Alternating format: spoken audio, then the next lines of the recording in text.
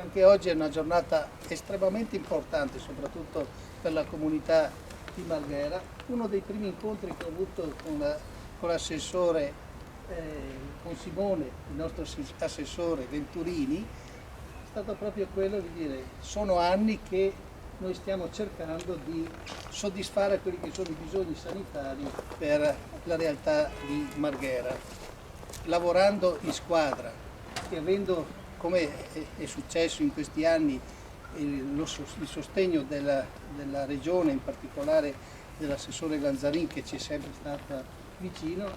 Arriviamo ad un evento importante, all'abbattimento di questa scuola materna che è stato uno dei riferimenti della comunità. Cresce un servizio sanitario strategico per la comunità di Marghera. Cresce la casa della comunità che accoglierà tutti i servizi per questa popolazione e per questa fascia di territorio. Ringrazio qui l'assessore Venturini che ci ha sempre sostenuto, ringrazio l'assessore che quando c'è stato bisogno ha sempre dato un apporto costruttivo alle nostre scelte. Ringrazio tutta la comunità di Marghera, l'assessore Venturini. Allora, è mio il compito di ringraziare, unendomi a questo flashback del direttore, l'azienda sanitaria e la regione, perché è vero, del nuovo distretto sanitario di Marghera si parla un po' come con la piscina, quindi da almeno 20 anni. Finalmente, insomma, grazie alla bella collaborazione instaurata e grazie all'operazione che la Regione Veneto è riuscita a fare nell'ambito dei fondi legati alla ripartenza post-Covid, siamo riusciti ad agganciare il treno giusto. E quindi, correndo veramente contro il tempo, perché abbiamo avuto 2 mesi per far tutto, siamo riusciti a portare a casa il risultato. Il risultato è che un luogo che era scuola, poi è diventato un po' un buco nero di degrado, di abbandono, di delinquenza, oggi scompare e rinasce un servizio al cittadino nel pieno centro di Marghera, collegato perfettamente col tram, con l'autobus, con la bici, con i parcheggi, col treno. Quindi oggi mettiamo la parola inizio a un percorso di riqualificazione molto più complesso, che vede però nel distretto il fulcro, perché la sanità è al centro dei bisogni di una comunità, in particolare quella di territorio.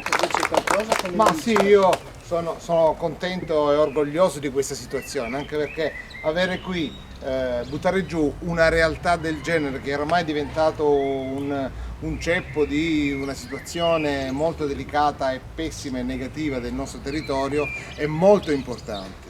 E ovviamente i cittadini qui accanto continuavano sempre a lamentarsi di questa situazione, ma oggi è cambiato tutto. Oggi, da oggi avremo una realtà nuova, una sanità, un distretto sanitario in centro nel nostro territorio. E questa è una delle 99 case della comunità che sorgeranno in regione del Veneto. In questo caso specifico, voi sapete, nella vostra azienda sanitaria saranno 11 in totale le case di comunità che ci saranno costruite e che avranno un ruolo fondamentale, un ruolo importante di integrazione con la parte ospedaliera che stiamo potenziando. Lo ricordava sempre l'assessore, sia per quanto riguarda Venezia città, sia per quanto riguarda l'Angelo, quindi l'ospedale hub di questa azienda sanitaria, sia per quanto riguarda anche gli altri ospedali, quindi Dolo, Milano e tutto il resto, quindi e Chioggia. E le case della comunità avranno questa funzione di collegamento rispetto all'ospedale e soprattutto di presa in carico delle persone, della fragilità, dell'invecchiamento della popolazione, essere vicini, e quindi sono dei luoghi di salute vera e propria. Questa è una delle case comunità accanto a un'altra in provincia di Vicenza, quella anche economicamente diciamo più importante, perché mi sembra che siamo circa sui 10 milioni di euro, in parte sono fondi PNR, in parte sono fondi del Fondo Sanitario Regionale. Credo che diventi fondamentale proprio nel poter dare dei luoghi di salute sempre più vicino alla popolazione. La scadenza, voi sapete, è una scadenza dettata da quelli che sono i vincoli PNRR. Io mi auguro insomma che questi diventino dei presidi di salute, che in un luogo fisico unico il cittadino, l'utente, la persona fragile possa trovare tutte le risposte. Assessore.